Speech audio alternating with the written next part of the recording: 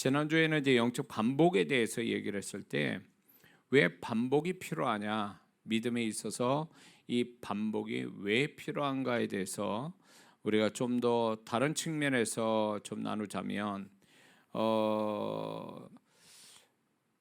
영의 세계에서 믿음이 영의 세계에다 영향을 주는 건데, 영의 세계는 시간이 지배하는 세계가 아니라 어떤 믿음의 양이 지배하는 세대라는 것입니다. 그러니까 양이 지배하는 세계다. 그래서 영의 세계에서는 우리 세상에서는 시간을 의지하는 경우가 있습니다. 그래서 소위 시간이 흘러가면 그냥 모든 게 저절로 잊혀지고 될 일은 되고 이런 식으로 흘러가지만, 이게 영의 세계는 안 통한다는 겁니다. 영의 세계는 시간이 흘러가면 어린아이가 학생도 됐다가 청년 됐다가 장년도 되고, 이런 자연이 돈 안 들이고 그렇게 만들어지지만, 영의 세계는 그런 일이 없다라는 거야. 왜? 시간이 정지된 세계이기 때문에 그래요. 시간이 정지됐다면 영의 세계는 뭘로 움직이냐 할 때, 영의 세계는 성령께서 다스리시는데, 성령께서는 우리의 믿음을 통해서 영의 세계를 만들어 가시고 움직여 가신다는 거죠. 그래서 영의 세계는 영적인 양의 지배로 받는 세계다. 시간이 지배하는 세계가 아니라 영적인 양의 지배로 받는 세계다. 그러므로 믿음이 우리에게 결정적으로 믿음이 영의 세계에 영향을 끼치게 되고, 그 믿음을 성령이 알아보시고 역사를 해나가는데, 그래서 영의 세계는 어떤 시간이 아니라 어떤 영적인 양이 찾냐 안 찾냐, 영적인 양이 그렇게 기대하는 그 문제나 해결받고자 하는 또 바라는 것들에 거기에 맞는 양을 채웠냐, 믿음의 양을 채웠느냐, 이게 결정적이라는 것입니다. 만약에 어떤 문제나 바라는 것들이 이루어지기 위한 양이 만약에 100이라는 숫자가 필요해요. 100이라는 수치가. 근데 이 100이라는 영적인 양을 채우기 전까지는 절대로 그게 실상이 될 수 없다라는 것입니다. 그래서 양을 채우기 위해서 반복이라는 게 시간을 통한 이 세상의 시간을 통해서 시간의 기한을 통하여 믿음을 반복함으로 인해서 영적인 세계, 영의 세계에 믿음의 어떤 양을 채우는, 그것이 결정적 역할을 한다는 것입니다. 그래서 반복을 하지 않는다면 결국 양이 채워지지 않았기 때문에, 그거는 영원토록 채우지 않는 한 그건 영원토록 미완성이 되고 결국은 실상이 될 수 없다라는 얘기입니다. 그래서 하나님은 우리에게 반복을 요구하는 이유가, 그 사람이 원래 가지고 있는 믿음의 분량이 아무리 적어도 시간을 통해서 믿음을 반복함으로 인해서 믿음의 양을 채워서 결국 그걸 실상으로 만들게 하기 위해서 하나님은 반복을 허락하시는 거죠. 근데 이게 반복이 싫다고 그래가지고 기도 100번 돼서 바라는 거나 문제가 해결되는 거를 80번만 하고 끝내버려요. 그러면 20번 하지 않은 모자란 믿음의 양 때문에 그건 영원토록 채우지 않으면 영원토록 그거는 이루어질 수 없는, 영의 세계에서는 하다가만 실상이 될 수 없는 실패작이 되고 마는 거죠. 그래서 우리가 무엇인가 어떤 바라는 것, 믿음에 관련된 것들을 이루기 위해서는 반드시 실상이 나올 때까지 멈추지 말아야 된다. 이 반복이라는 게. 그래서 하나님은 이 사람이 가지고 있는 기본적인 믿음의 분량값을 아시기 때문에 어느 정도 해야 이게 양이 차는지를 아시고 시작점을 잡고 하신다는 거예요.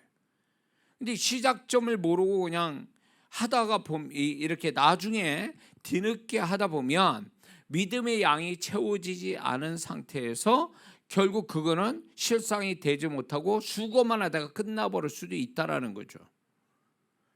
예를 들어서 하나님이 여리고 성에 13바퀴요. 7일에 13바퀴란 말이에요.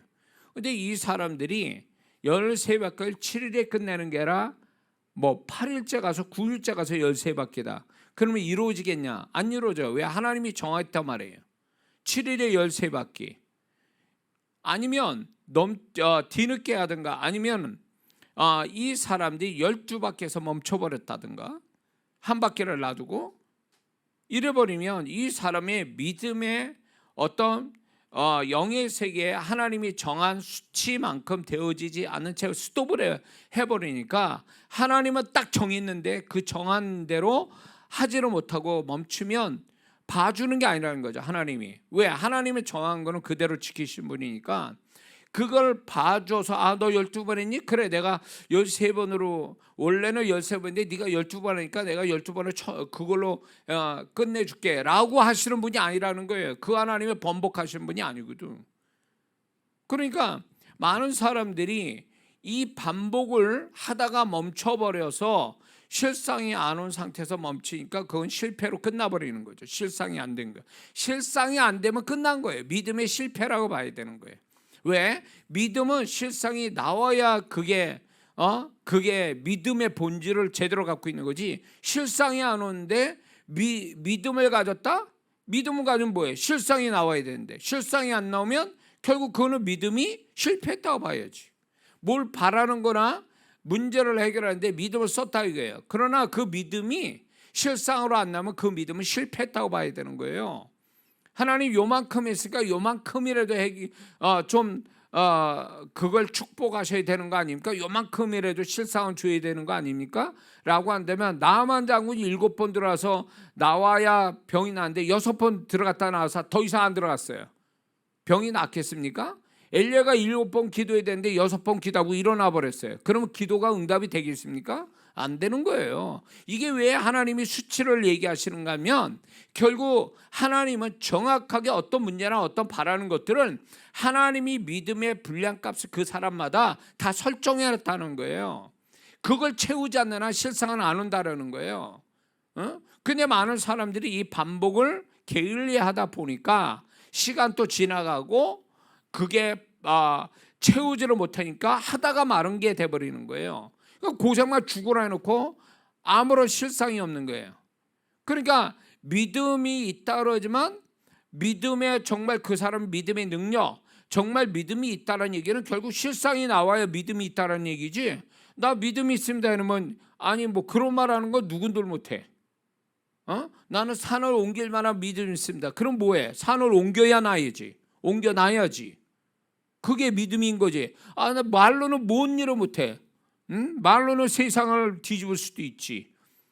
그러니까 그런 것들이 우리가 함부로 믿음을 우리가 정말 나는 믿음이 있습니다 그럴 때는 실상 나온 거 가지고 얘기해야 돼요. 그래야 그 사람이 믿음이 있다고 사람들이 이해해 주지. 믿음이 있는 시작점만 얘기해 놓고 믿음이 있다 그러면 이 사람은 뭔가 잘못 알고 있는 거예요. 왜? 믿음은 바라는 것도 실상이니까 바라는 게 있으면 실상이 나와야지. 문제가 있으면 해결해 봐야지. 그게 믿음이지. 그러니까 성경적 믿음은 그걸 얘기하는 거예요.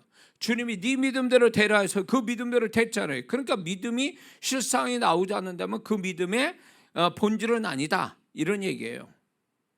근데 우리끼리는 믿음인 척하는 거, 가짜 믿음, 그리고 역사가 안 일어나는 액세서리 믿음, 이런 걸 우리는 서로 믿음이 있다라고 얘기하지만 결국 그런 것들이 실상이 안 나오니까 그거는 믿음이 아닌 거예요. 그거는 믿음 유사품일 거예요. 유사품이란 말이에요. 그러니까 많은 성도들이 믿음이 실상이 안 나오는 믿음을 가지고 붙들고 믿음이라고 계속 우기는 거죠. 그러나 하나님은 네가 믿음이 있다라는 것을 인정하는 것은 결국 실상을 만들어내야 믿음이 있다는 거예요. 아브라함이 이삭을 낳으니까 믿음의 조상이 된 거죠. 이삭을 안 낳다 봐. 25년 아니라 24년 만에 믿음을 갖는 걸 포기했어요. 실상을 안 봤어요. 이삭을 못 봤어요. 25년 만에 이삭을 가져야 되는데 이삭을 못 보면 그 사람 아브라함은 믿음의 조상이 아닌 거예요. 믿음을 흉내낸 사람이지 믿음의 조상은 안 되지. 아브라함이 믿음의 조상이 된 거는 이삭을 낳기 때문에 이 믿음의 조상이 된 게 그 증거가 있으니까. 그러니까 우리도 마찬가지예요. 믿음이 따르면 실상을 내세요. 실상을 드러내라고. 예? 근데 실상이 없는 걸 가지고 자기는 믿음 있다, 백날 믿음 있다, 뭐 큰 소리 치면 뭐합니까? 그거 다 헛소리가 되는 거지. 나중에 자기가 믿음 있다는 것에 거짓말이 돼버리고 마는 거예요. 자기가 스스로 거짓말을 하게 되는 거예요. 왜? 실상이 안 나온 거니까. 자, 그래서 영의 세계가 어떤 영적인 양, 특히 믿음의 양으로 그게 지배를 하니까 우리는 하나님은 반복을 시켜서 실상을 만들어내게 하려는 어떤 은혜를 베푸시는 게, 그게 뭐냐면 이 세상에서 시간을 줘주시는 거예요. 시간을. 믿음의 분량은 작지. 그걸 이루기 위해서는 그거의 값이 크고 엄청난 믿음의 양을 채워야 되니까, 이게 자신의 가지고 기본적인 믿음의 양은 작으니까 시간을 통해서 반복해서 양을 채우게 하시는 하나님의 방법이 있는 거죠. 그래서 그렇게 하는 거예요. 그래서 믿음이 반복된다는 것은 믿음의 분량이 많아진다는 것 같다라는 거죠. 그래서 이제 나중에 믿음의 분량과 문제의 역량이라는 이 주제를 가지고 나중에 또 얘기를 할 건데, 이 부분에 대해서 우리가 이것만 이해된다면 우리가 모든 어떤 내 앞에 있는 문제나 바라는 것들을 이 원리에 따라서 풀어가면 풀리게 돼 있다는 거예요. 왜? 고린도전서 10장 13절에 우리는 감당치 못할 시험을 하나님이 주신 적이 없기 때문에 되게 돼 있다라는 거예요. 그 사람의 믿음의 분량값을 얼마든지 문제에 바라는 값을 이루어낼 수 있다라는 거예요. 실상을 만들 수 있다라는 거예요. 그런데 예수 믿는 사람들이 돈으로 해결할 게 있고 믿음으로 해결할 게 있다고 그랬죠. 우리의 삶을 하나님이 그렇게 세팅해 놓으셨다고 그랬죠. 근데 이게 믿음으로 풀 걸 돈으로 풀라고 그래. 근데 돈마저도 있느냐? 그것도 없어. 그러니까 없는 돈을 자꾸 어디서 뭐 꿔야 되고 뭐 이런 식으로 문제를 풀려고 하니까 안 되는 거예요. 없으면 없는 대로 믿음을 쓰라고 그래서 그 믿음으로 뭔가 돈 대신하는 그 믿음을 통해서 풀어가게 하시려고 하나님이 세팅해 놓은 우리의 문제들을 자꾸 돈 가지고 대입하고, 돈이 없으니까 징징대고 막 이렇게 하는 것들에 대해서 뭔가 하나님의 의도를 모르고 가는 거라 그 얘기예요. 그래서 제가 개척하면서 지금까지 오면서, 지금 또 마찬가지예요. 우리 건축 문제도 앞에 놓고, 이거는 하나님이 항상 뭘 하시냐면, 내가 아무것도 처음부터 아무것도 가진 게 없으니까 자꾸 믿음을 쓰게 하시는 거예요. 믿음을, 기도라는 믿음을 쓰게 하고, 믿음의 행위를 갖게 하고, 믿음의 어떤 헌신을 하게 되고, 이런 것들을 자꾸 요구하시는 것들이 결국 나는 돈이 없으니까, 해결할 돈은 없으니까 믿음으로 그걸 풀어가도록 하나님이 믿음을 쓰게 했어요. 근데 그 믿음이 역사를 하더라 그거예요. 그게 돈도 되고 여러 가지 사람도 불러오고 해결도 보더라 그 얘기예요. 그 방법으로 지금까지 제가 살아왔는데, 지금 또 뭐 우리가 건축 앞두는데 뭐 돈 가지고 합니다. 지금 돈이 있습니까? 우리가 없으니까 하나님은 또 하라고 그러고, 나는 그 뜻에 또 하나님 앞에 순종하는 마음을 좀 가지고 마지막 내 나이에 좀 편안하게 좀 이대로도 좋사오니 하고 살고 싶은데, 하나님은 또 그게 아니라 또 그렇게 하라고 마음 주시고 또 분명한 또 증거를 주시고, 그러니까 이게 바짝 조이는 거예요. 또 압박감을 받으면서 이게 돈 가지고 또 하는 게 아니니까, 하나님은 돈을 이미 주시고 하라면 또 마음이라 편한데, 돈을 주시고 하는 게 아니라 돈도 없는데 뭐예요? 믿음으로 하라는 거지. 믿음으로. 에? 그러니까 이게 얼마나 또 힘든 얘기예요. 아브라함이 25년 동안 정말로 사라가 애를 낳을 수 있는 조건 땄는데 자손을 준다 그러니, 아브라함이 그 믿음으로 자녀를 낳게 해서 얼마나 믿음을 얼마나 가지려고 애썼냐 그거예요. 그러니까 저도 이거를 이루기 위해서 3년 안에 4년 안에 해결해야 된다는 게, 이게 우리 수준에서 이거는 불가항력적인 문제예요. 돈도 없는 데다가 우리 교인들은 뭐 부자도 뭐 없는데, 이 뭐 그렇다고 우리 성도들은 집 팔아서 뭐 헌금할 그것도 아닌데 어느 교회처럼 그렇게 하고는 싶지도 않고, 저는 그렇게 할 형편도 안 되는데 이거를 어떻게 하라는 거예요? 결국 믿음을 하라는 거지. 그러니까 이게 또 이제 하나님이 돈 가지고 해결하는 것들이 있는데 돈 가지고 안 되는 걸 믿음으로 하라고 또 숙제를 하나 턱 던져 주셨으니까 믿음으로 풀어야 된다는 거죠. 그런데 소망적인 건 뭐냐? 하나님께서는 내게 할 수 없는 걸 주신 적이 없다 그 얘기예요. 지금까지 살아오면서 할 수 있고 감당할 만하니까 주셨으니까 나는 그거 믿고 가는 거죠. 근데 이제 그 증거가 첫 증거들이 지금 나왔다 이거예요. 모두가 하나님, 제가 얘기했잖아요.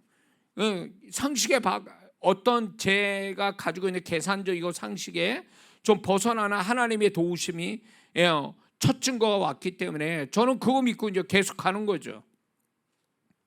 그게 손바닥만한 구름이라도 장차 그 믿음 가지고 기다리면 비는 오는가, 비는 오는 거니까 그러고 가는 거죠. 그러니까 하나님이 돈 가지고 안 되는 거는 믿음으로 풀으라고 우리에게 주신 숙제 같은 거를 이제 믿음으로 푸는데, 믿음의 분량만 채우면, 믿음의 분량이 내가 바라는 거나 문제의 그 값을 뛰어넘는 믿음의 분량이 채워지면 실상은 오게 돼 있다 그 얘기예요. 실상은 오게 돼 있다.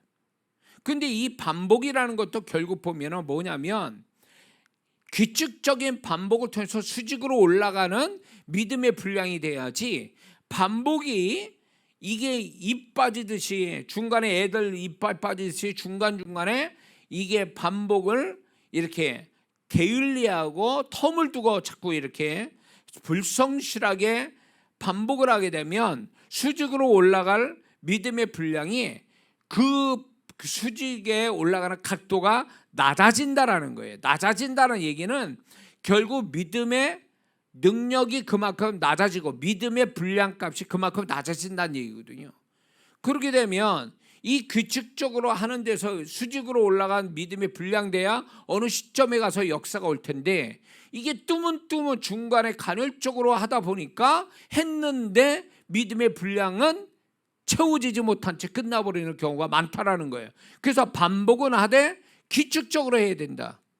규칙적인 반복이 수직으로 올라간 각도가 높은 믿음의 분량값이 돼서 빠른 속도로 어떤 결과를 보게 된다. 이게 이제 하나님이 이 방법을 또 가르쳐 주신 거죠. 그래서 영적인 방법, 이 반복의 원리는 믿음이 실상이 되게 하는데 중요한 원리가 된다. 그래서 반복을 좋아해야 돼요. 어떤 사람은 그래, 반복을 단순하게 반복하는 걸 좋아하는 사람이 있대요. 그건 특별한 사람인데, 그 반복을 좋아하는 사람은 뭔가 어떤 일을 해낼 수 있는 인내력을 가진 사람이, 집중력이 있는 사람이고, 반복을 좋아한다는 그 자체가. 근데 어떤 사람은 성품상 반복을 싫어해서 좀 해다가 말아버린 사람도 있거든요. 이 사람은 아주 신앙이 있어서 이건 쥐약이에요. 이런 태도는 소위 말해서 하나마나가 되는 거예요. 나중에 하다가 하나마나. 우리 아버님이 살아계실 때 항상 시작은 좋은데 뒷마무리가 중간부터 이상해지는 거예요. 그는 우리 어머니가 뒤처리를 하셔야 되는 거예요. 항상 그래 오셨어요. 우리 어머니가 좀 고생이 많으셨죠. 우리 아버님은 모든 게 잘 될 것 같아. 그래서 시작을 했는데 안 돼. 좀 안 되신다. 이게 좀 안 된다. 그러면 손을 놔버려. 그러니 맨날 손에만 보고 끝나는 거예요. 그러면 뒤치다 그러면 우리 어머니가 다 하시는 거예요. 그러니까 제대로 버시는 게 없어요. 그렇게. 그나마 우리 아버님이 직장 다니신 분이니까 망정이지, 사업하신 분이었으면 집안 쫄딱 망했을 거예요. 새끼를 걱정해야 될 집안이었을 거야 아마. 그러니까 이런 사람이 있단 말이에요. 뭔가 이렇게 시작을 하는데 반복이 싫어가지고 열심히 해서 뭔가 반복해서 뭔가 회복하고 잘 되게 하려야 되는데 반복이 싫은 거야. 하다가 말아버리는 이런 사람은 신앙생활에 아주 이거는 치명적인 단점이 되는 거예요. 이렇게 하면 안 되거든요. 신앙이라는 게. 그래서 오늘 누가 이렇게 매일 아침마다 이제 그 카톡으로 하나 뭘 보내주는 게 있어요. 서비스로. 거기에 자세히는 안 봤어요. 근데 어느 철학자가 얘기하는데 기억이 나쁜 사람의 장점은 항상 뭘 해도 처음 하는 것 같다, 이렇게 얘기해요. 뭔 말인지 아시죠? 그러니까 좀 기억이 나쁠 필요가 있어요. 우리가 기억이 너무 좋다 보니까 반복하는 게 지겨움을 갖거든요. 근데 기억력이 안 좋으면, 제가 그런 경우가 많아요. 제가 기억력이 안 좋으면 그게 모든 게 다 새로워, 처음 같고. 그래서 진짜 실제로 있었던 일이 뭐냐면, 저를 참 마음 아프게 하고 좀 이렇게 마음을 좀 힘들게 했던 사람이 있었어요. 근데 제가 이제 집회 가운데 사람을 너무 많이 만나다 보니까 이런저런 사람들이 참 많았어요. 그러니까 사역은 힘들어도 재미있는데 사람 때문에 힘들었어요. 제가 사람 때문에 상처 많이 받고 사람한테 배신당하고 이렇게 하는데, 어느 분이 의도적으로 저를, 제가 소위 말하면 배신당한 거예요. 근데 그때는 막 열받고 막 이랬단 말이에요. 근데 이제 그거는 그렇게 해서는 안 되잖아요. 제 마음이 메이면 사람이 축복이 없고 사람을 축복할 수도 없어요. 그렇게 되면. 그러니까 하나님, 이걸 하면서 이제 그분에 대한 것을 항상 기도하는 게 뭐냐면, 하나님, 제가 잊어버리게 해주세요. 여기에 매이지 않게 잊어버리게 해서. 근데 그때부터 좀 약간 건망증이 온 것 같아요. 그런 기도했는지 부작용식으로 해가지고 건망증 와요. 제 아들이나 박 목사한테도 분명히 나는 잊었는데 모른 척 한다는 거예요. 근데 진짜 저는 그런 건 아니거든요. 정말 잊어버린 거거든요. 근데 이게 부작용이 뭐냐면, 잊지 말아야 될 걸 또 잊어버리는 게 이게 부작용이 돼버렸어요, 제가. 근데 그때 제가 방법이 뭐냐, 이 사람을 자꾸 마음이 드니까 사역은 해야 되는데, 영혼들을 상대를 해야 되는데, 주님의 마음으로 해야 되는데 막 마음이 메이니까 안 되는, 영감도 안 되지, 능력도 안 나오지. 그러니까 나를 위해서 이제 기도를 할 때 이분에 대해서 이제 모든 걸 덮고 잊어지게 하옵소서, 이렇게 기도를 했어요. 그러고 세월이 갔죠. 근데 와서 집회 어떤 사람이 낯익어 분명히 집회 가운데 만난 사람 같아. 이거 사실이에요. 이게 그냥 하는 말이에요. 그래서 제가 지금 뭐가 있냐면, 사람 인식하는, 얼굴을 인식하는 게 좀 다른 사람보다 좀 더뎌요. 그래서 그런지 몰라도 모든 게 새로워, 사람 얼굴이. 근데 그분이 왔는데 낯익어. 근데 집회 가운데서 이게 이제 그분이 사역자니까, 난 이제 뭐 이렇게 같이 은혜스럽게 있었던 사람 같았어요. 그 반갑게 인사했죠. 인사하는 거 막 밥 먹고 가라고 막 이러고, 그러고 이제 갔어요. 이 양반이, 나는 이제 좋은 관계 속에 있다가 이제 잊어버린 사람이라고 생각을 했어요. 근데 나중에 스텝이 저한테 얘기하는 게, 그 얘기를 하는 바람에 그 양반이었구나, 그래. 그래서 제가 느낀 게 뭐냐면, 이 망각이 은혜구나. 이게 잊어버릴 수 있다라는 거. 내가 잊으려고 해도 안 잊어지는 거를 그분이 잊어지게 할 수 있는 은혜 주셔서 내가 잊을 수 있다라는 게 얼마나 감사한지 몰라요. 그 실제로 그분을, 그런 경우가 이게 한두 번이 아니에요. 제가 그러다 보니까 그분들이 제 옆에 있던 사람들이 놀라는 거예요. 정 목사님 저렇게 할 수 있나? 어떻게 저렇게 반갑게 인사 나누고 같이 저러지? 밥도 먹고 속알도 없이, 속도 없이. 근데 속이 없는 게 아니라 잊었기 때문에 그렇게 할 수 있어요. 잊었기 때문에. 그래서 잊는 게 굉장히 좋습니다. 그래서 반복할 때는 좀 잊어버리는 게 그것도 은혜예요. 그래야 맨날 하는 게 새롭지. 하는 게 새로워. 네. 그 새롭게 한다는 게 얼마나 좋은 거예요. 맨날 지겨워. 맨날 직장하는 게 지겹고 뭘 하는 게 지겹고. 저는 아침마다 이제 이렇게 해서 설교 준비하기 위해서 의자 앉으면 하루 종일 앉아 있는 사람인데, 그게 지겨울 수도 있잖아요. 근데 지겹지 않게 하나님이 디도서 3장에 새롭게 하시는, 성령의 새롭게 하심, 이게 결국 뭐냐면 항상 처음 같은 마음을 주신다, 그거지. 처음 하는 같은 마음. 이게 얼마나 축복인 줄 아세요? 처음 같은 마음을 가지니까 설레면서 하는 거예요. 또 사람 만나도 그런 거예요. 지겹다 저거, 꼴보기 싫고. 그 사람의 기억이냐 다 나는 거야. 그 얼굴만 보면. 우리 어머니가 우리 아버님에 대해서 속상한 걸 40년 50년 전을 그냥 어제 일처럼 기억하듯이, 그건 아니지. 그렇게 하면은 잊어줘야지. 좀 잊어줘야 새롭게 또 새로운 마음으로 새로운 관계를 갖고 이래야지.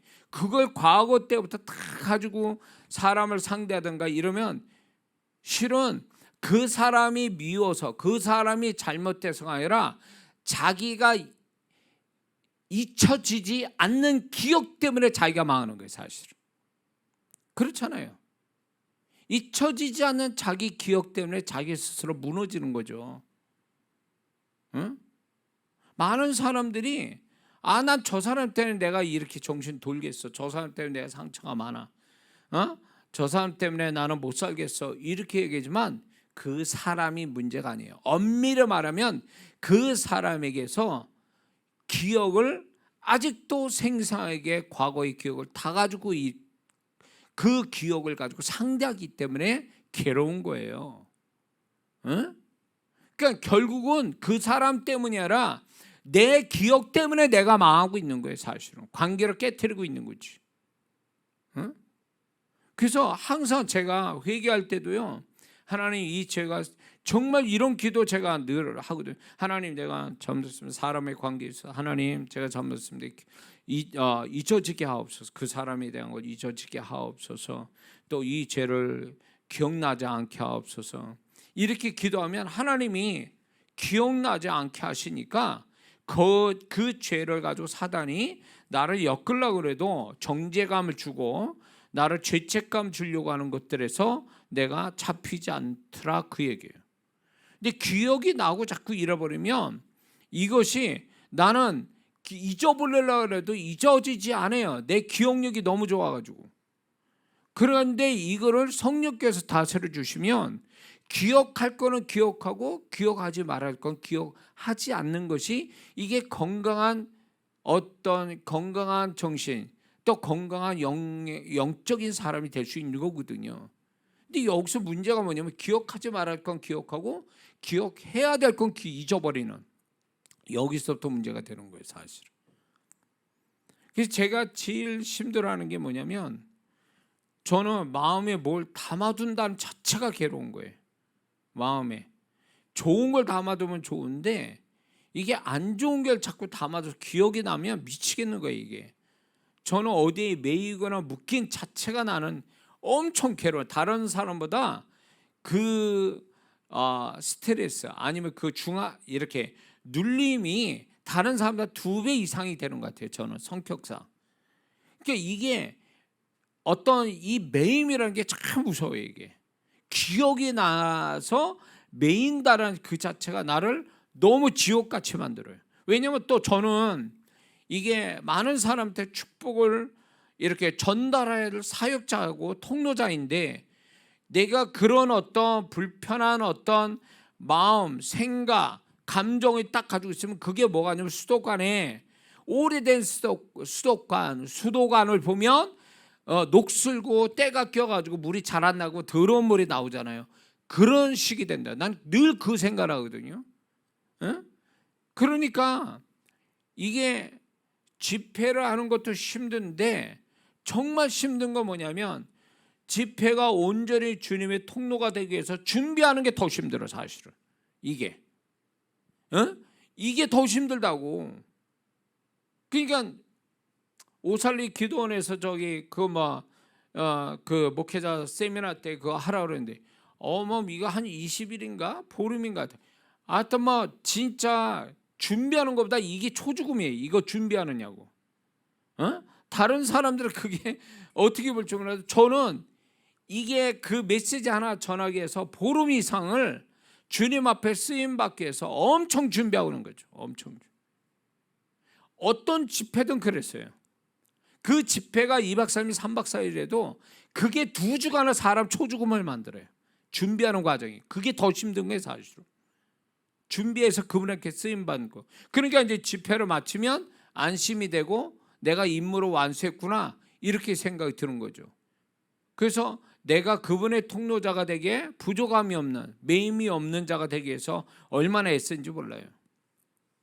자, 얘기가 이제 곁다리 넘어갔습니다. 제 사이드로 빠졌는데, 자, 그래서 우리는 반복하는 일에 대해서 지겨워하지 않기 위해서는 항상 잊어버리는 거와 성령께서 새롭게 하심이 늘 내게 임하게 해달라고 하는 게 절대적으로 필요하다는 거죠. 그래야 오늘 예배도 지난주 수요 예배가 아니에요. 오늘 예배 처음 드리는 예배예요. 그러면서 설레면서 오는 거지.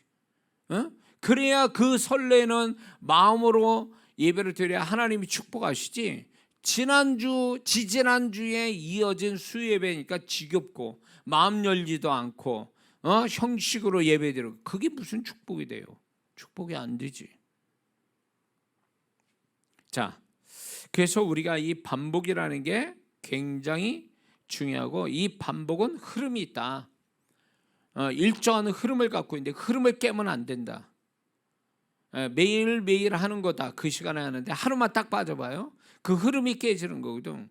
그 흐름이 깨지면 다시 그 흐름 따라 그 흐름을 잡으려면 그 다음날 하루를 해야 되는 게 아니라 며칠을 더 해야 그 흐름을 따라갈 수 있다는 거죠. 그 비유가 아주 좋은 비유가 있어요. 예수님이 어렸을 때에 예수님 부모가 6월절에 예수님을 데리고 이제 저기를 갔잖아요. 6월절 지켜서 예루살렘 가는데 하루길 가다가 기억났죠. 예수님 잃어버린 거 알고 며칠 만에 찾았어요? 3일 만에 찾았어요.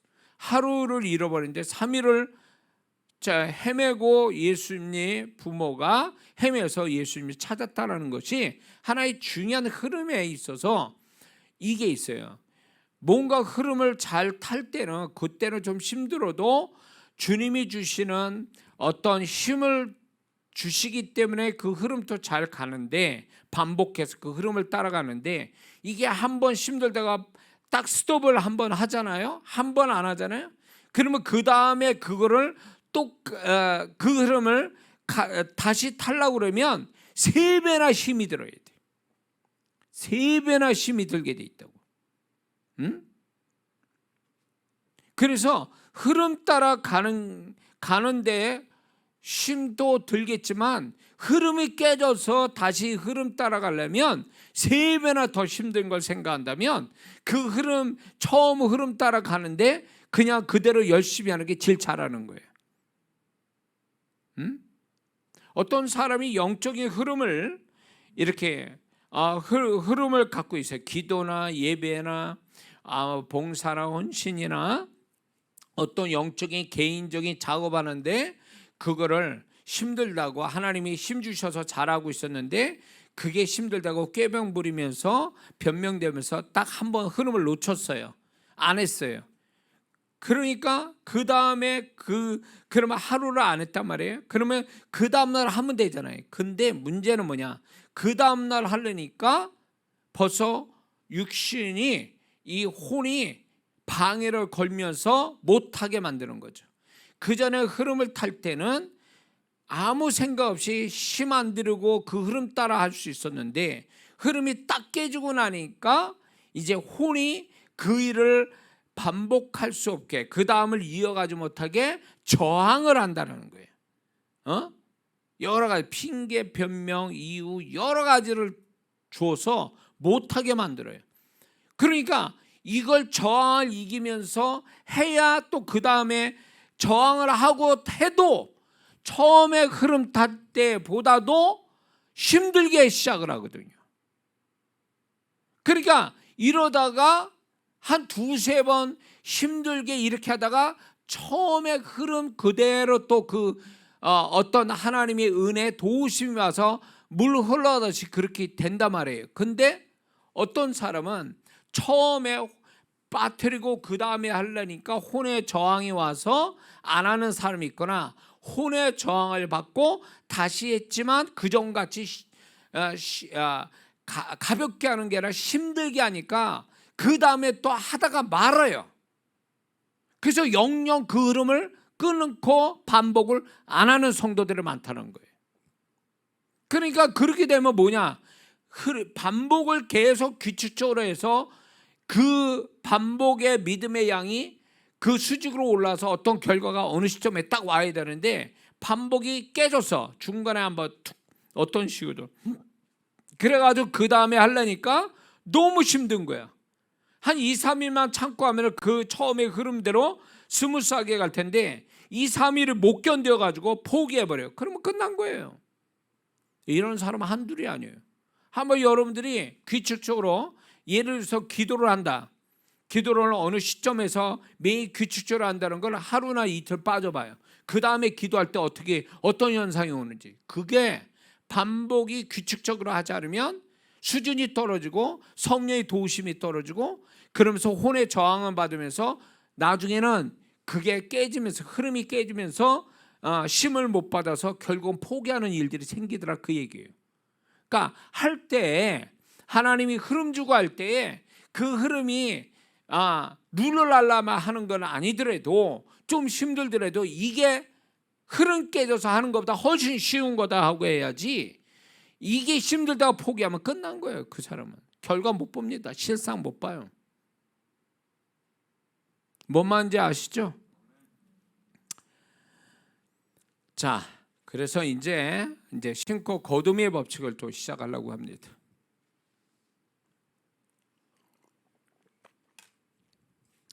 믿음이 실상이 되게 하는 데는 반복의 원리뿐만 아니라 하나님의 말씀과 성도의 관계를 씨 뿌리는 비유와 갈라디아서 6장 7절 심은 대로 거둔다라고 하는 이걸로 좀 설명하려고 합니다.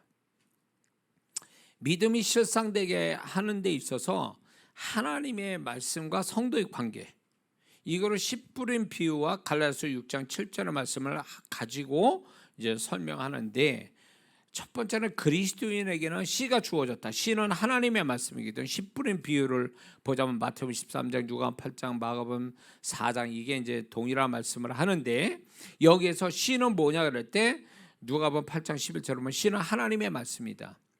그래서 하나님의 말씀은 믿음의 씨앗이거든요. 그래서 근데 로마서 10장 8절을 보면 이런 말씀이죠. 말씀이 내게 가까워 내 입에 있으며 내 마음에 있다 하였으니 곧 우리가 전파하는 믿음의 말씀이다. 그러므로 성경의 모든 것들은 다 믿음이 들어가 있다는 얘기예요. 어떤 구절을 되든. 그러니까 이 믿음이 하나님 말씀이 믿음의 말씀이라고 그랬으니까 이 하나님의 말씀이 곧 믿음의 씨앗이라는 거죠. 믿음의 씨앗이 곧 하나님의 말씀이다. 그런데 주님은 씨를 비유로 말씀하실 때 많이 비유드신 게 겨자씨예요. 겨자씨로 비유를 많이 하시는데 마가복음 4장 31절 32절을 보면 겨자씨 하나 같으니 땅에 심길 때는 땅 위의 모든 씨보다 작은 것이로되 심기 후에는 자라서 모든 나물보다 커지며 큰 가지를 내니 공중의 새들을 그 그늘에 깃들 만큼 되느니라. 겨자씨를 여러분 보신 적 있습니까? 저는 본 적이 있어요. 겨자씨가 굉장히 작아요. 씨 중에서 굉장히 작은 씨이기 때문에 얼뜻 모를 수도 있어요. 그게 너무나 작은 씨란 말이에요. 근데 이 씨가 땅이 심겨주면 어떻게 되냐, 3m로 자라서 많은 새들이 거기에 앉아서 쉴 만한 나무가 된다는 거예요. 3m 이상이 자라서 그 보이지 않는 씨가. 그래서 주님이 천국을 비유하실 때나 저는 이 천국을 비유하시는 뿐만 아니라 하나님의 말씀은 씨다라고 했을 때 이 씨를 추측해 볼 때 겨자씨에 비유하셨을 거다라는 생각이 드는 거예요. 왜냐하면 이 겨자씨에다 비유하시는 건 우리가 믿음이 실상이 되면 그 믿음이 아무리 작은 것에서 실상이 되면 어마어마한 결과를 가져올 수 있으니까, 겨자씨만한 믿음이 있다면 너는 이 산대로 들려 저 바다에 던주라 하는 그 말을 믿음이 그대로 된다라고 말씀하고 있어요. 겨자씨만한 믿음이 있어도. 그러니까 이 겨자씨만한 믿음이 결국 어마어마한 결과를 실상을 가져온다라는 의미에서 하나님 말씀을 씨다 이렇게 표현하는 거죠. 그리고 주님이 직접 겨자씨만한 믿음이라 표현했단 말이에요. 그러므로 우리가 알 수 있는 건 믿음은 하나님의 말씀이 믿음이란 말이에요. 믿음을 생성하게 하는 유일한 한 가지가 하나님의 말씀이에요. 믿음은 말씀으로 만들어주지 다른 데서 만들어지는 게 아니란 말이에요. 그러니 말씀이 없다는 얘기는 결국 믿음이 없다는 얘기거든요. 그러니까 말씀을 가져야 믿음이 생성된다 그거예요. 말씀이 그 사람 안에 들어와서 그 말씀이 믿음으로 생성이 되는 거예요. 전환이 된다 그 얘기예요. 그래서 말씀이 없이 신앙생활하는 사람만큼 위험한 게 없어요. 말씀이 없다 보니까 자기 선한 성품이나 생각만 가지고 신앙생활하다가 말씀이 없으니까 결국 자기 성품이나 자기 생각, 자기 철학, 자기 이론 가지고 신앙생활하다 자기 어떤 그 생각과 철학과 이론에 자빠지는 거예요. 그러니까 신앙생활 열심히 해도 어느 날 갑자기 교회를 떠나는 이유가 여기 있는 거예요. 그거를 뭐라 말하냐? 성경 10분의 비해서 돌밭에 떨어진 씨다 이렇게. 돌밭은 뭘 얘기하냐? 그 돌밭의 의미가 돌밭 심령이라는 게 결국은 뭘 얘기하냐면 자기 생각에 투철한, 자기 생각에 강한 자를 얘기하는 거예요. 말씀이 뚫고 들어갈 수 없을 만큼의 자기 생각에 강한 자는 교회를 아무리 다녀도 성경을 아무리 봐도 자기 생각이 깨어지지 않는, 말씀으로 깨어지지 않는 자는 결국 언젠가는 주님 버립니다. 교회 버려요. 왜? 믿음이 없으니까. 말씀이 들어가서 말씀이 그 사람의 자기의 본래 생각을 깨뜨리고 말씀이 그 사람의 생각에 어떤 주체가 된다면 말씀이 지배해서 그 사람이 뭘 하든 간에 말씀이 기억나게 하고 말씀이 통제하고 말씀이 지도하고 말씀이 인도하고 이렇게 돼야 이 사람이 자기 마음대로 안 할 텐데 신앙생활 많이 했는데 말씀이 없다 보니까 자기 상식, 자기 논리, 자기 철학으로 가버리는 거예요. 그러니까 뭐 백날 목사 얘기다 말 안 들어먹지. 만약에 그 성도가 말씀이 있다면 목사가 말씀과 주님의 마음으로 얘기할 때 알아먹거든. 알아먹어야 되는 게 당연한 거 아니에요? 근데 주님의 마음과 말씀 가지고 얘기했는데 못 알아먹어. 반발을 해. 결국 뭔지 아세요? 이게 말씀이 없으니까 말씀이 같이 있다면 내가 전하는 말을 그 말씀과 함께 부딪히면서 말씀이 역사를 해줄 텐데 말씀이 없고 자기 상식과 이론과 철학이 있으니까 아무리 주님의 마음으로 말씀을 얘기해도 이 사람은 안 듣는다 그거예요. 말씀이 없다는 얘기지. 동일한 말씀이 있다라면 소통이 돼야 되는 거 아니요? 응? 집사님 왜 그렇게 하십니까? 하나님 말씀이 이런데 주님의 마음은 이렇습니다. 이렇게 얘기하면 정말 주님의 마음이 있고 말씀이 있는 성도라면 그 말씀에 동의를 하고 공감을 하고 그 말씀에 딱 순종할 마음을 가져야 되는데 말씀이 없어 놓으니까 목사님 얘기하세요. 나는 내 생각대로 갈 테니까. 이런 식이 되는 거예요. 그럼 뭐 더 이상 그 성도한테 얘기할 거 없어요. 그럼 당신 마음대로 하세요. 나는 주님이 하실 말씀을 나는 전했으니까 알아서 그 말에 대해서 책임을 지세요. 이런 식이죠. 응? 그러니까 말씀이 있고 없고 차이가 이거예요. 선한 성품 가지고 제가 여지껏 목회하면서 착한 성도도 많이 봤어요. 문제는 뭐냐? 착하면 뭐해? 진짜 중요한 영적인 순간에 가서는 말씀이 없어가지고 얘기를 해도 못 알아먹는데 그 착한 성품을 가진 분도요 고집이 있어요. 자기 생각이 있어요. 자기 철학이 있어요. 자기 논리가 있어요. 그러다 보니까 이분이 악한 건 아닌데 착한 그 성품에서 나온 자기 것이 있으니까 이게 나는 그분의 성품 따라 얘기하는 게 아니거든. 나는 주님의 마음 가지고 주님의 말씀을 전하고 있는데 이게 안 먹히는 거예요. 저는 깜짝 놀랐어. 아니 이 성도를 신앙생활 어떻게 있다는 거예요 도대체. 내가 없는 얘기하는 것도 아니고 말씀 가지고 얘기하고 있고 여기서 주님의 마음을 얘기했으면 그 주님의 마음에 동의하고 감동받고 아멘했던 사람이 내가 주님의 마음 가지고 얘기했는데 못 알아먹는다? 이 사람 안에 없다는 얘기지. 말씀이 없고 주님의 마음이 없다는 얘기예요. 이장원 목사가 무슨 뭐 그 사람을 인간적으로 뭘 어떻게 하는 것도 아니요. 정말 이 영혼을 생각해서 주님의 마음으로 주님의 얘기를 했으면 알아먹어야 되는데 못 알아먹어. 그러면 나하고 소통이 안 된다는 얘기는 둘 중에 하나가 잘못됐다는 얘기지. 내가 인간적으로 하든가 아니 저 성도가 인간적이든가 뭔가 잘못이 됐으니까 그런 거 아니냐 말이에요. 응? 그러면 주님이 가려내시겠지. 누가 맞는 얘기인지. 응? 그래서 저는 이런 성도를 보면서 깜짝깜짝 놀랄 때 있어요. 그럼 신앙생활을 어떻게 했다는 거예요 지금까지? 응? 말씀도 없고 주님의 마음도 없다면 뭘 가지고 했다는 거예요? 자기 성품으로 했다는 거예요 지금까지? 그러니까 결국 이런 성도는요, 주님의 뜻, 주님의 마음, 주님의 말씀 따라가는 게 아니라 자기 상식, 자기 선함, 자기 논리, 자기 철학으로 움직인 거예요. 그러니까 그게 곧 하나님이 되고 말씀이 된 거예요. 그 사람한테는 그게. 그러니까 당연히 목사는 말씀을 가지고 하나님 말씀 가지고 주님의 마음으로 얘기하고 있는데 이게 안 통하는 거죠. 결정적인 순간에 안 통해. 결정적인 순간에서 내가 주님 앞에서 말씀 받고 주님의 마음으로 얘기할 때 정말 말씀 있고 주님의 마음이 있는 사람이면 저 목사가 주님의 말씀을 주님의 마음 가지고 주님의 말씀을 전하고 있구나. 이게 소통이 돼야 이게 정상적인데 그렇게 안 듣고 저 목사가 왜 저런 얘기를 하지? 이런 식이에요.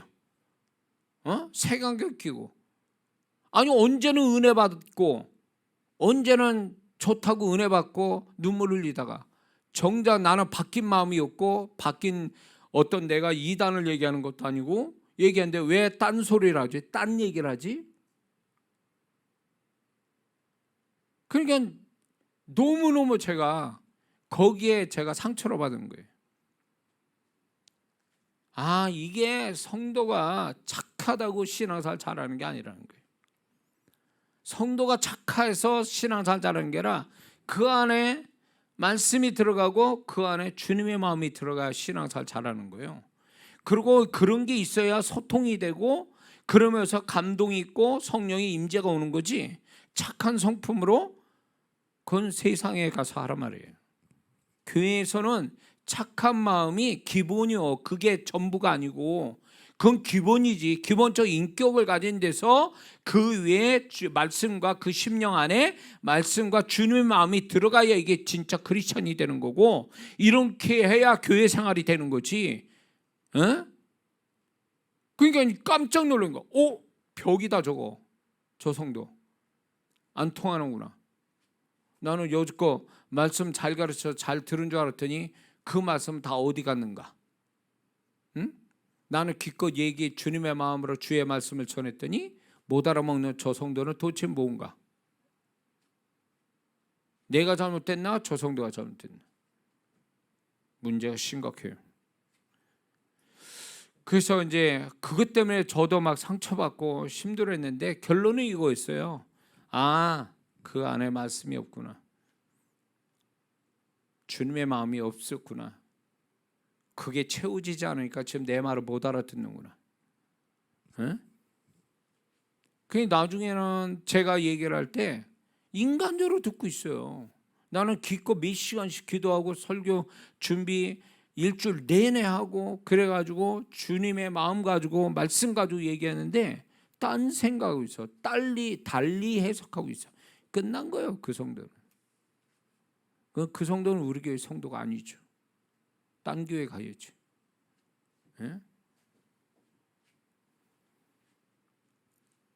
안타까워요. 그런 영혼들 보면. 그러니까 하나님의 말씀이 그 심령 안에 살아 역사한다면 성도들끼리 한 교회 성도들이 말씀이 그 안에 살아있고 그 다음에 주님의 마음이 있다. 이건 연합하는 건 아주 막 금방 연합할 수 있고 이렇게 이런 사람끼리 모이면 얘기가 재밌고 신령한 교제가 되니까 그 안에 성령의 임재가 오게 돼 있어요. 이런 모임은요. 이게 신령한 모임이지. 신령한 교제고. 근데 이게 한쪽만 주님의 마음이고 한쪽은 세상 마음이고, 이러니 맨날 얘기해봐 이게 소통이 되냐고.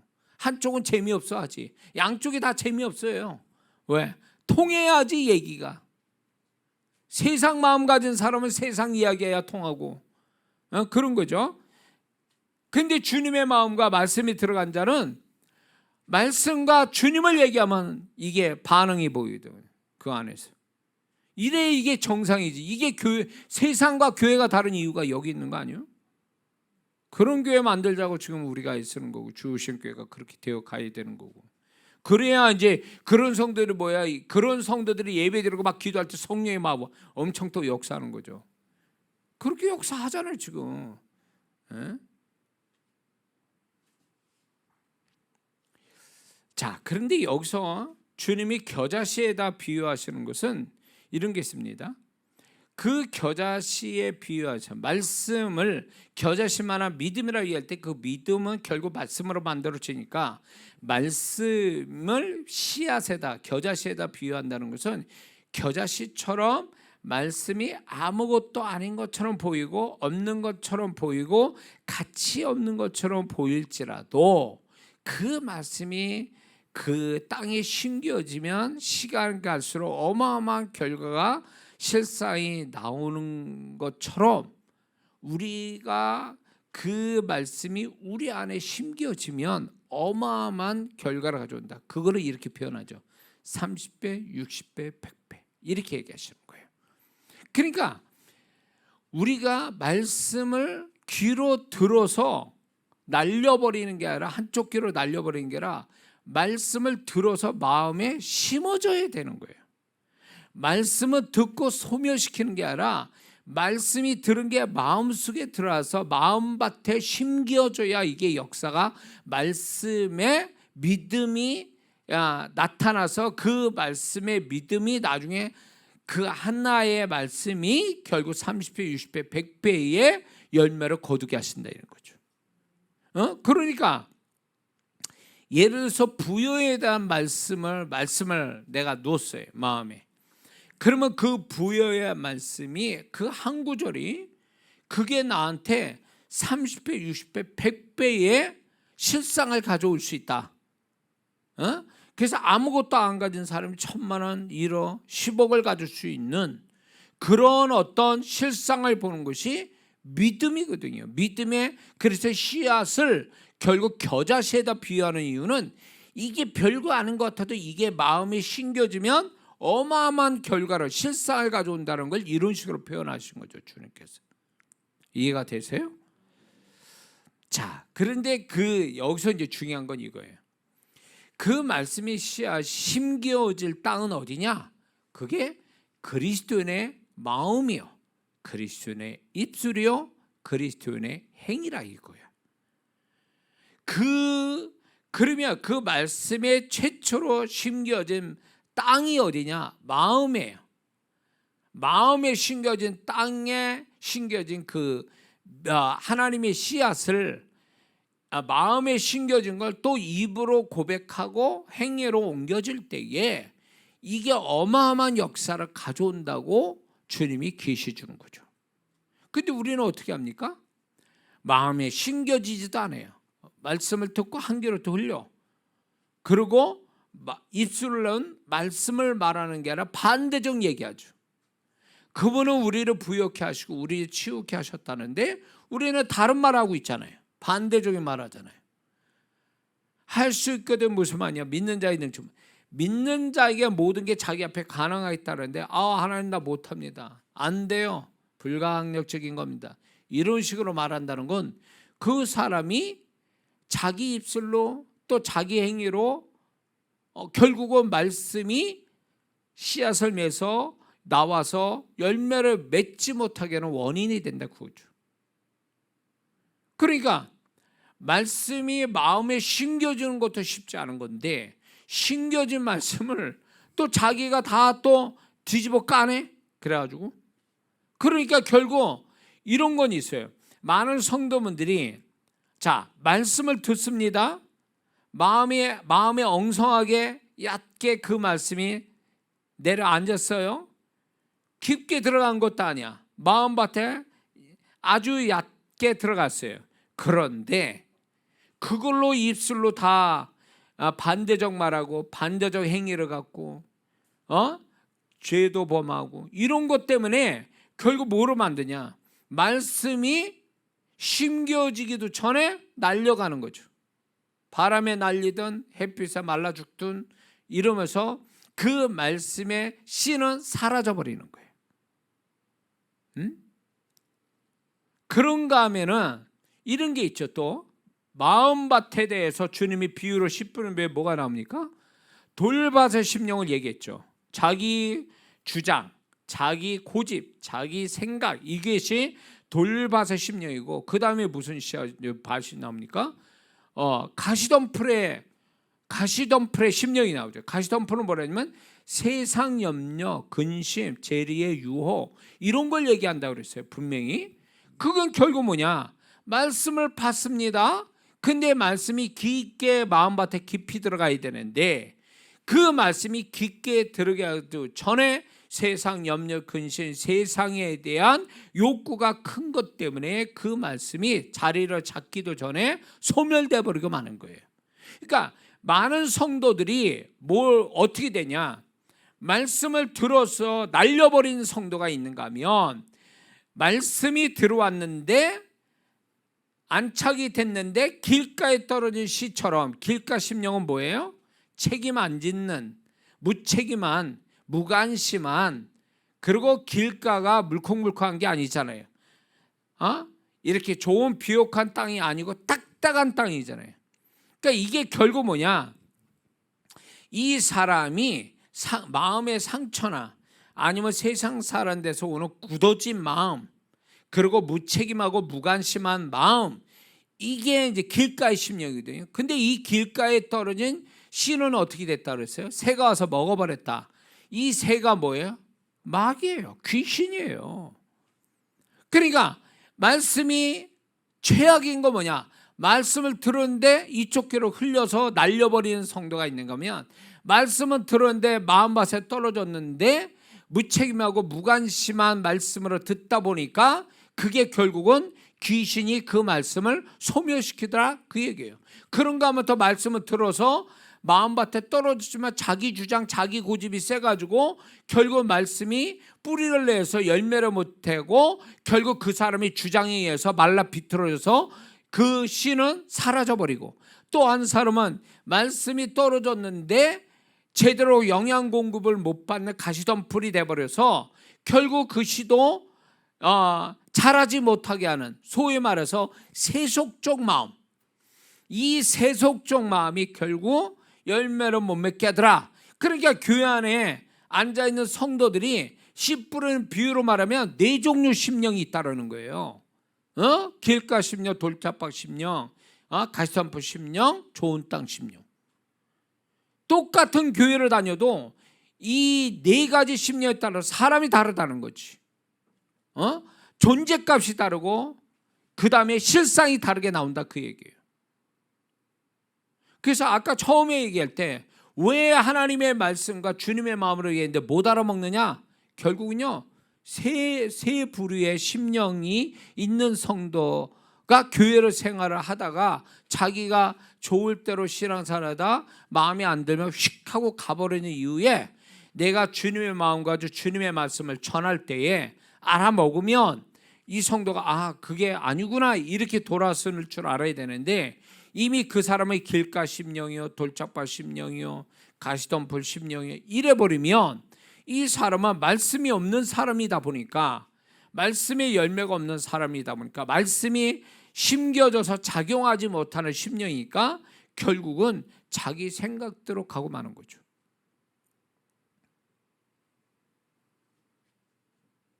그래서 이렇게 돼버리면 열매를 못 맺어요.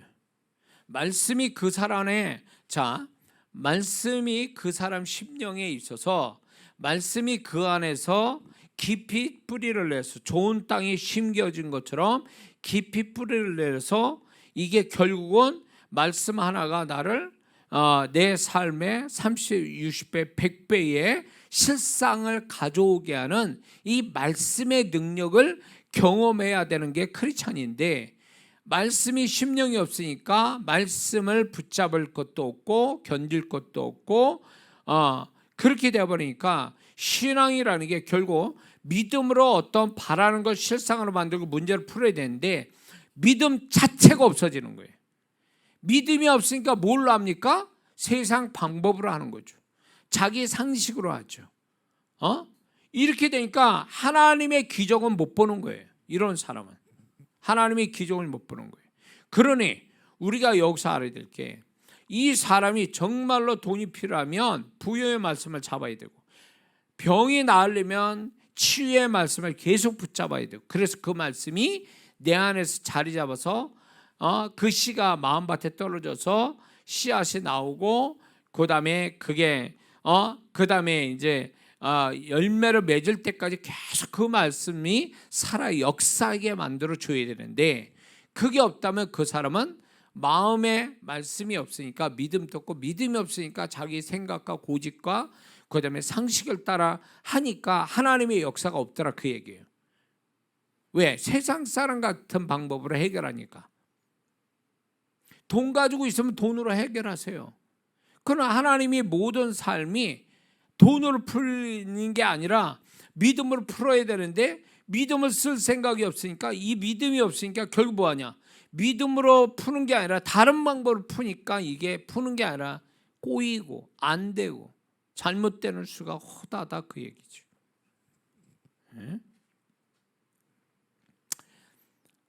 자, 그래서 우리는 하나님의 말씀이 마음에 들어왔다면 그 마음에 들어온 말씀이 내 안에서 자리 잡고 실상이 나타내까지 말씀이 믿음이 그게 풍성한 믿음의 분량이 되기까지는 계속 생각하고 말하고 그 말씀 따라 행하고 이런 작업을 반복하다 보면 말씀이 점점 말씀이 믿음의 양을 점점 크게 만들어준다, 그거예요. 자, 예를 들어서 부여의 말씀이나 치유의 말씀, 이 말씀이 처음에 들어올 땐 겨자씨 같았어요. 소위 말해서 이거를 믿음의 분량값으로 값으로 친다면 처음에 들어올 땐 겨자씨만한 믿음이 돼서 이게 10 정도밖에 안 돼, 겨자씨처럼. 근데 이게 마음에 심겨진 건 10인데 이거를 계속 입술로 고백하고 그거를 또 생각하고 그리고 그거에 대해서 행동으로 옮기고 이렇게 되면 처음에 들어올 땐 10인데 내가 계속 그걸 반복하다 보니까 드러내는 이 작업들을 계속 반복하다 보니까 마음에 심겨진 믿음이 30 됐다, 50 됐다, 100 됐다, 1000도 됐다, 이렇게 자라는 거예요. 이 작업이 있어야 된다는 거지. 근데 많은 사람들이 마음에 심겨진 말씀을 그냥 심겨지지도 않지만 심겨 어렵게 마음밭에 가볍게 그 마음밭 위에 딱 떨어졌는데 이거를 깊게 심겨서 이게 믿음의 분량이 30, 100, 1000, 만으로 만드는 이 드러나는 작업들을 해야 되는데 반복해서 이걸 안 하더라, 그거예요. 안 하더라, 그거예요. 응? 성경을 소리내서 읽지 않아요. 성경 말씀을 기억하지 않아요. 성경 말씀을 소리내서 표현하지 않아요. 그리고 그 말씀 따라 순종하지를 않아요. 그러니까 이게 결국은 말씀이 들어왔는데도 없는 것처럼 돼버리는 거예요. 이게 말씀이 겨자씨처럼 돼서 10 정도밖에 안 들어왔는데 이게 어쩌다 살아남았어.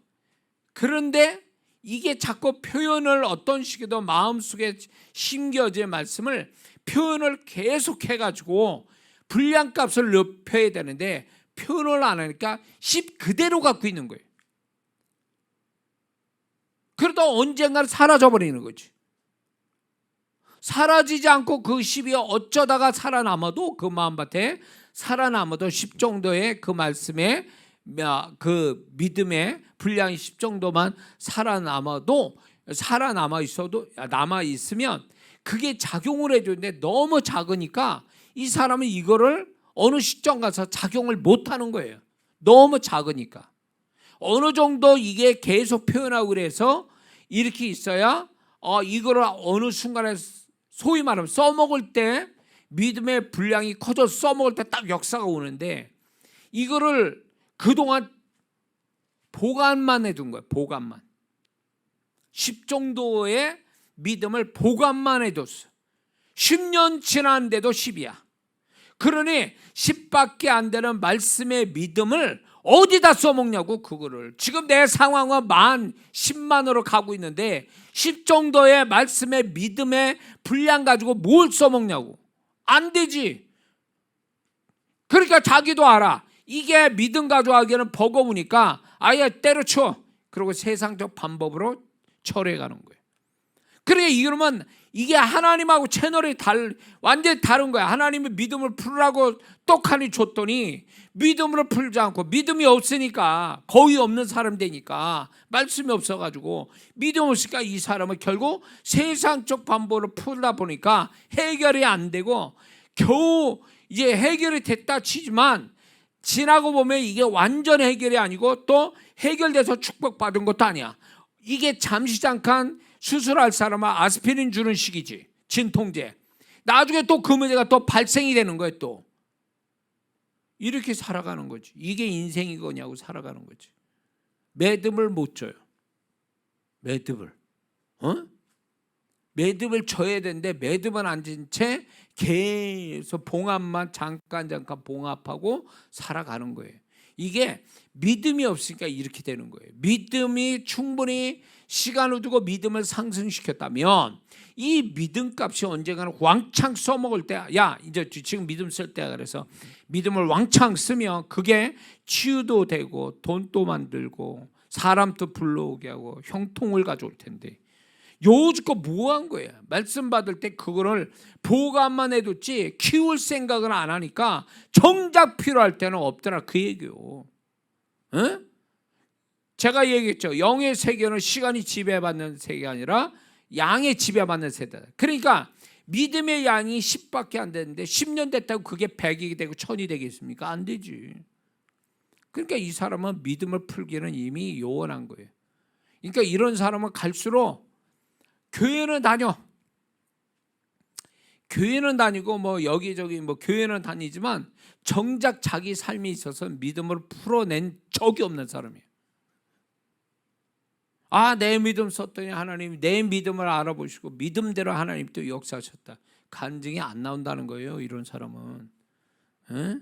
간증할 수가 없지. 믿음으로 풀으라고 던져주신 걸 믿음으로 풀어서 하나님 역사했다고 이렇게 간증할 만한 뭐가 없는 거예요. 그러니까 얼마나 슬픈 일이에요 이게.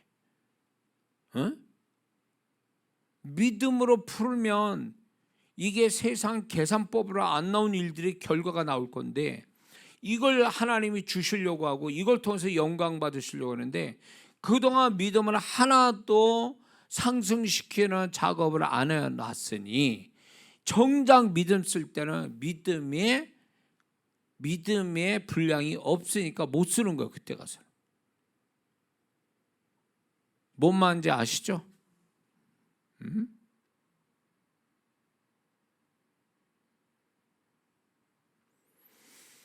자, 그래서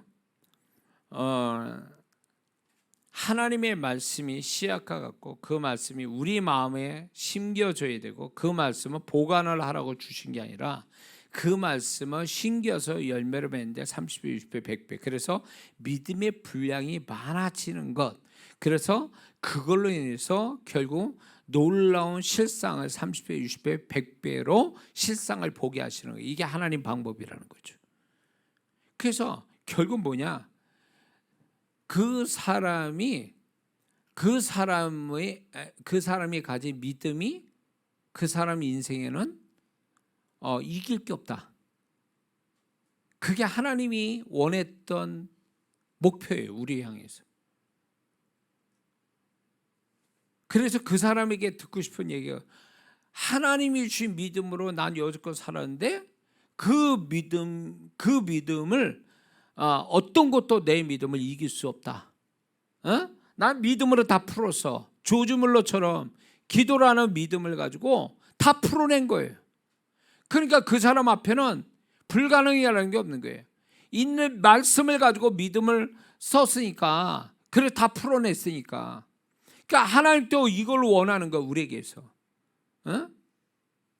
우리가 믿음이 없는 사람이 아니잖아요. 없는 사람이 아니라 부족한 사람이지. 없다란 말은 그거는 잘못한 표현이에요. 예수 믿을 때 우리가 믿음 받았으니까. 근데 믿음이 부족한데 이 믿음의 분량을 키워서 내 앞에 있는 걸 다 믿음으로 다 풀어내는, 야, 내 앞에 어떤 문제도 와, 어떤 거 내가 바라는 거 다 와, 내가 믿음으로 다 해결할게, 이런 식이 돼야 되거든요. 그래서 하나님 주신 믿음을 썼더니 역사가 이렇게 왔습니다. 이게 하나님을 높이는 거거든요. 어? 그러라고 우리에게 계산으로 안 나오는 믿음으로만 해결할 수 있는 일을 탁 던져주시는 거거든요. 그래서 믿음과의 한판 싸움이 우리에게 있는데, 이 믿음을 키우는 게 얼마나 중요한지 몰라요. 보관만 해서 되는 게 아니라 키워야 된다. 어느 때까지 30배, 60배, 100배로 키워야 된다. 이 키우는 작업을 내가 수고해야 된다는 거예요. 저절로 되는 게 아니라.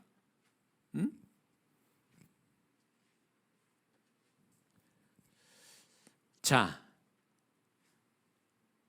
그래서 하나님께서 우리에게 믿음으로 풀어내기 위해서 말씀이라는 씨앗을 주시는데, 주실 때가 있다라는 거예요. 말씀의 씨앗을 주실 때, 이거 여러분도 이거 경험해 본 사람이 있을 거예요. 저는 이게 이제 제가 경험되니까 이게 실감 나는데, 그게 뭐냐면 하나님이 말씀의 씨앗을 내 안에 계속 담아두도록 유사한 말씀을 계속 듣게 하는 거예요. 그런 경험해 봤습니까? 유사한 말씀, 여기 갔는데 이 말씀하고 저기 갔는데 이 말씀, 비슷한 말씀을 계속 주셔. 그거는 결국 뭐냐, 하나님께서 그 말씀의 실상을 보게 하려고 여기저기에서 말씀을 계속, 유사한 말씀을 계속 주시는 거예요. 그래서 그거를 마음에 계속 담아두게, 반복해서 듣게 함으로 말씀이 계속 그 말씀을 담아두게 함으로 그 말씀에 대한 분량값을 키우려고 여기저기에서, 그 시기에 여기저기에서 같은 말을 듣게 하시는 거예요. 그런 경험 해봤습니까? 그렇다면 여기서 이제 중요한 게 있어요.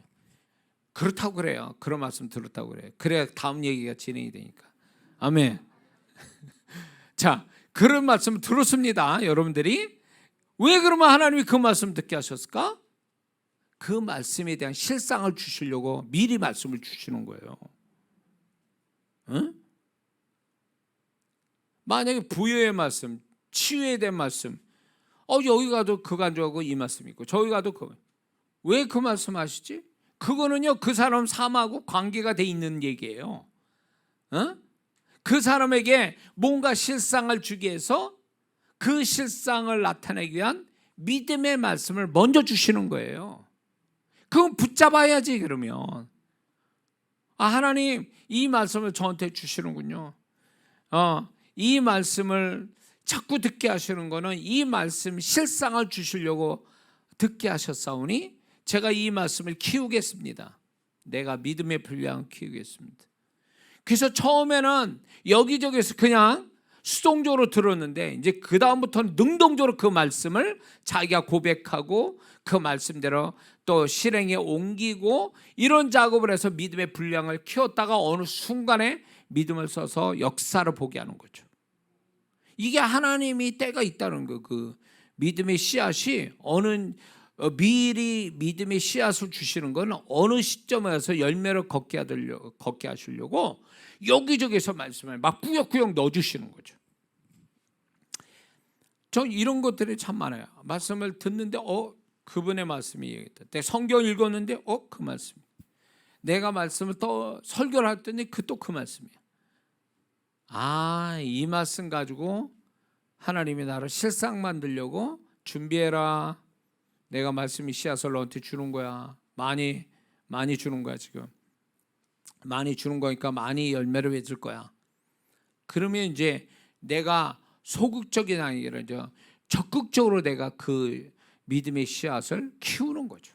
자꾸.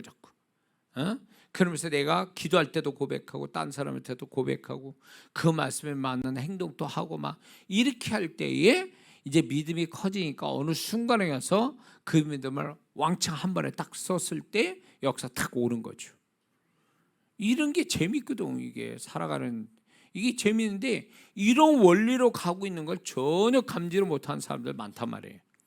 어느 날 갑자기 내가 준비도 안 됐는데 어느 날 갑자기 하나 뻥 터져 뭔가 이렇게 딱 하나님이 나한테 뭐 손에 집히는 선물을 주십니까?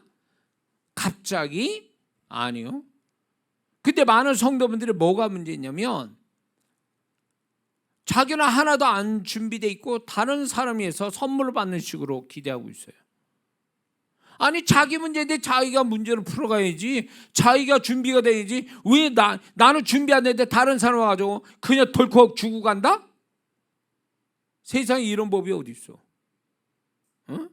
만약에 그렇게 한다면 이 사람이 준비됐으니까 하나님이 알아서 주시는 경우는 있지만 준비도 안 된 사람한테 턱턱하고 뭐 갑자기 탁 던져주고 떠나가는 이런 일은 없다라는 얘기예요.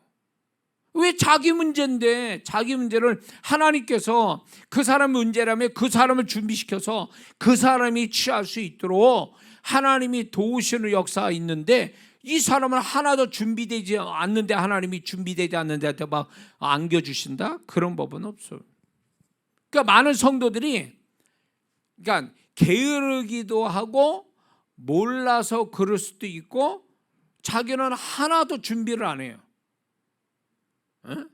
문제가 있다라고만 얘기하지 바라는 것만 있다고 그러지 자기는 하나도 준비되어 있지 않아요.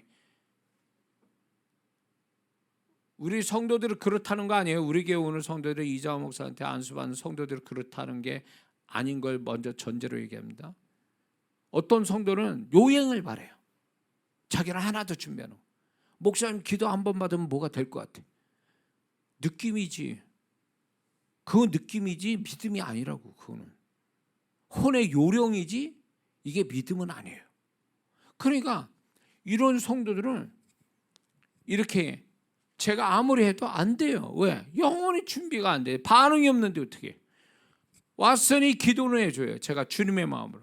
그러나 이 성도가 나는 준비돼서 기도해 줬지만 이 성도가 준비가 되어 역사가 오는데 준비가 안 되는데 무슨 역사가 와요? 그러니까 이런 식으로 신앙사라는 거예요. 자기는 준비되지 않고 어디 가서 요런 것 한번 딱 해가지고 뭐가 왕창 뭔가 이렇게 한 방에 해결될 걸 믿고 여기저기 막 떠다니는 사람들이 있어요. 이거는 굉장히 불건전한 신앙이죠. 이거 건강치 못한 신앙의 모습이에요. 이렇게 해가지고 무슨 뭐 자기는 하나도 준비 안 되고 뭐 어디 가서 운 좋게 어디 가서 뭘 어떻게 자기 문제가 해결될 게 바라는 건 꼭 뭐가 아니면 로또 한 장 1,000원짜리 한 장 사놓고 이게 1등 당첨되기를 바라는 거 뭐가 달라요? 이런 식으로 하는 게 그건 아니지. 그래서 하나님은요 그 사람이 문제를 가졌다면 그 사람이 풀 수 있게끔 하나님이 그 사람을 지도하고 인도하시지 그 사람 제껴놓고 그 사람 문제를 해결해 주신 적은 없다 그 얘기예요. 무슨 얘기인지 아시죠? 자, 그래서 우리 안에 말씀의 씨앗이 우리 안에 들어와서 말씀이 30배, 60배, 100배로 자라고 그것이 결국 실상을 30배, 60배, 100배로 만드는 거 그게 하나님 뜻이에요. 자, 빌립보고 요한복음 6장에 이 5,000명 넘는 사람에 대해서 우리가 어떻게 할까 할 때 빌립에게 물었죠. 그럴 때 빌립은 우리 하나님 저에게 믿음을 주세요. 제가 이 믿음으로 해결하겠습니다. 광풍을 만났을 때 주여 우리에게 믿음 주옵소서. 이렇게 해야 맞는 얘기인데 빌립이나 제자들은 그렇게 안 했단 말이에요. 하나님은 그 믿음으로 풀 수 있게끔 사건을 주셨는데 문제를 만난 자가 문제를 풀 수 있게 만들어 주셨거든요. 근데 문제를 만난 자가 문제를 못 풀어요. 그래서 주님은 책망하죠. 왜 의심하느냐? 믿음이 적은 자들아. 빌립이 동계산을 할 때 주님은 한마디 대답 안 하셨어요. 왜? 초점이 안 맞는 거지. 그러나 안드레가 행동으로 옮겨서 소년을 데려옵니다. 데려왔지만 안드레가 방정 맞은 소리 하죠. 이것이 이 많은 사람들 어떻게 얼마나 되겠습니까? 라고 할 때 주님 반응하셨습니까? 반응 안 하셨잖아요. 그 얘기는 뭐냐? 이게요, 그 사람이 지금 안드레는 세상적 관점으로 계산법에서 얘기하는 거예요. 이거는 믿음의 사건이지 계산으로 나오는 사건이 아니란 말이에요. 그리고 제자들이 주님이 다른 복음서는 너희들이 주라 이렇게 얘기하셨거든요. 그러면 이들의 문제였다면 이들이 얼마든지 풀 수 있다라는 거죠. 결국 그들에게 하나님이 풀 수 있는 능력 주셨잖아요. 주면 줄수록 계속 새롭게 나왔잖아요. 물고기와 떡이. 근데 안타까운 거는 이들이 주여 우리에게 믿음 주시면 저는 할 수 있습니다. 할 수 있습니다. 우리가 이렇게 했으면 얼마나 좋았을까요? 근데 그게 아니었으니까 주님은 대꾸도 안 하신 거예요. 결국 누구를 통해서 하는 거예요? 어린 소년. 이 아이의 음식을 가지고 역사를 하잖아요. 그러니까 우리의 신앙이라는 게 이런 거예요. 문제를 만났거든. 그 문제에 믿음만 가진다면 문제를 만난 자가 문제를 푼다는 거예요. 믿으십니까? 문제를 만난 자가 문제를 풀 수 있는 능력을 주신다 그거예요. 근데 문제를 만난 자가 자신이 문제를 풀 수 없다고 생각하니까 그게 벌써 이미 믿음을 포기한 것과 같다 그 얘기예요. 성경을 보세요. 문제를 만난 자가 문제를 풀잖아요. 그게 하나님의 법칙이거든. 믿음만 있다면 풀게 돼 있는데 왜 믿음 없다고 포기해가지고 그 문제가 계속 그를 괴롭히게 만드느냐 그거예요. 그러니까 그런 영적인 오기가 있어야 돼요. 그래서 나는 이거는 내가 풀 수 있어.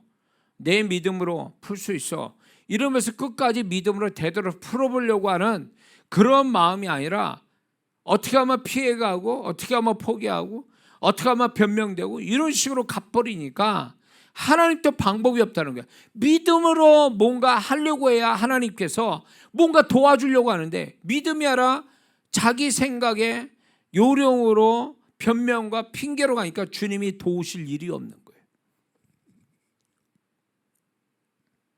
따라하세요. 문제로 만난 자가 문제를 풀 수 있다.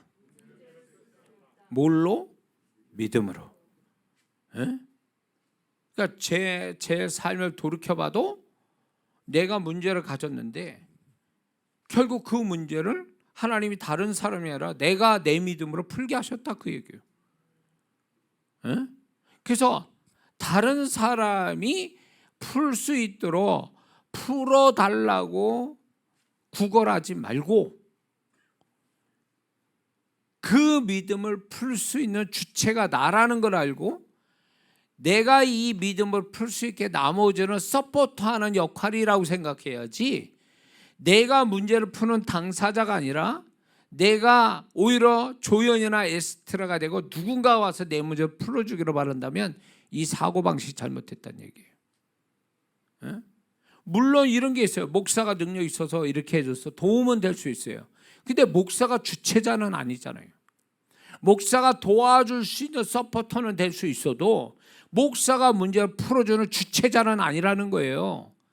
그러니까 문제를 푸는 자는 자기이기 때문에 자기가 충분히 그 문제를 풀 수 있는 믿음을 갖고 있으면 그 믿음을 보완하기 위해서 주의 종이 있고 여기저기에 어떤 현장이 필요한 거지 그 사람이 주체자가 아닌 다른 걸로 주체자로 삼게 된다면 이 사람은 해결이 안 된다 그 얘기예요. 이해가 되시죠? 은혜가 좀 되십니까? 예. 그래서 이게 말씀이 나 쉽게 갈 줄 알았더니 쉽게 가질 않네요. 근데 보니까 이게 여러분들이 이 부분에 대해서 좀 더 명확하게 또 하기 위해서 주님이 이렇게 말씀하시는 것 같아요. 그래서 자, 믿음은 보이지 않는 것, 그러나 보게 만드는 것. 믿음은 보이지 않으나 보게 만드는 것. 그렇죠? 바라는 것, 마음에서 바라는 건 보이지 않는 거잖아요. 그러나 바라는 것을 실상으로 만든다는, 실상은 보이게 한다는 얘기거든요. 보이지 않는 것을 드러내게 한다. 이게 믿음이라는 거예요. 그렇기 때문에 우리는 지금 여러 가지 문제나 바라는 것들이 있잖아요. 근데 그런 것들이 결국 우리의 믿음 앞에 다 굴복되게 되도록 하나님이 세팅을 해놨다라고 그걸 철저하게 믿어야 돼요. 이거를 못 믿으면요, 이 사람은 믿음을 포기했다고 봐야 돼요. 그래서 저는 지금 또 하나님이 저한테 우리 교회에 주신 이런 것도 결국 믿음인데 믿음으로 풀으라고 주셨기 때문에 저는 분명히 이거는 믿음으로 풀려질 수밖에 없다. 예. 풀려질까 말까가 아니라 풀려질 수밖에 없다. 예? 여러분들은 어떻게 믿든 간에 이거는 제가 그냥 객기가 아니라 이거는 영의 세계에서는 얼마든지 그게 50억이 아니라 500억도 그 안에 있거든요. 근데 내가 믿음으로 얼마나 이걸 끌어내리느냐, 영의 세계에 있는 거를 끌어내서 현실 세계의 실상을 만들 거냐는 그 다리 역할이 믿음이니까, 내가 이 믿음을 하나님께 충분히 보고 우리 성도들이 충분히 그 믿음을 보인다면 이거는 실상되는 건 시간 문제죠. 예. 그래서 우리가 이런 어떤 짜릿한 이거는 우리가 어떤 계산법으로 나온 게 아니라 믿음이라는 믿음법으로 이게 해결됐다라고 하는 거, 이런 거를 우리가 한번 경험하면 세상 무서운 게 없겠죠. 그래서 하나님이 큰 축복을 줄 사람은 돈을 주시는 게 아니에요. 큰 축복을 줄 사람은 믿음을 주시는 거예요. 믿음을 주셔서 믿음으로 크게 축복하시려고 하는 거예요. 소위 말하면 이거는 물고기 한 마리 주시는 게 아니라 금으로 주시는 거 똑같은 거예요. 그러니까 많은 다른 사람이 많이 가진 걸 부러워하지 마세요. 내가 그 사람만큼 못 가진 거를 슬퍼할 게 아니라 하나님이 나에게 많은 거 없다는 얘기는 더 그 이상의 것을 가질 수 있는 믿음을 주시기 위해서 그렇게 허락하셨다고 봐야 돼요. 제가 그랬거든요. 아무것도 없이 시작했지만 하나님이 결국 제 믿음이라는 재산을 주셔서 그 믿음으로 하나님이 지금까지 실상을 보게 하셨거든요. 그러니까 계산법대로 살았으면 제가 이 정도는 안 됐을 거예요. 아무것도 없으니까 오로지 하나님만 붙들고 믿음으로 살았기 때문에 이만큼이라도 온 거예요. 그러니까 우리 성도들, 여기에 영상을 참여하는 성도들도 지금 없고 안 되고 모자라고 부족한 거에 슬퍼하거나 낙심하지 마세요. 그거는 결국 뭘 얘기하는 거냐? 네가 믿음이 있다면 네가 계산으로 나올 수 없는 걸 충분히 가질 수 있다. 그러기 위해서 내가 모자라게 하고 부족하고 안 되게 허락됐다, 이런 뜻이에요. 아이러니한 거죠. 그래서 여러분들이 지금부터 믿음 쓰는 법을 배워야 돼요. 믿음 쓰는 법. 어디서 돈 계산 이렇게 해가지고 이렇게 할 생각하지 말고 믿음 쓰는 법을 배워야 돼요. 그게 재산이니까. 또 다른 재산이래. 내 주머니에 지폐가 들은 게 재산일 수 있지만 또 다른 재산은 믿음이 재산이다. 그 믿음이라는 걸 가지고 우리는 정말로 돈으로 나올 수 없는 그 이상의 것을 우리가 만들어내는 거예요. 창조하는 거죠. 창조하는 거. 그래서 믿음 있는 자는 결국 없는 걸 있게 만드는 거니까 창조 작업을 하는 사람이라는 거죠. 우리가 그런 사람인 것을 확신하고 우리가 믿음으로 사는 사람들이 다 돼야 될 줄 믿습니다. 기도하겠습니다.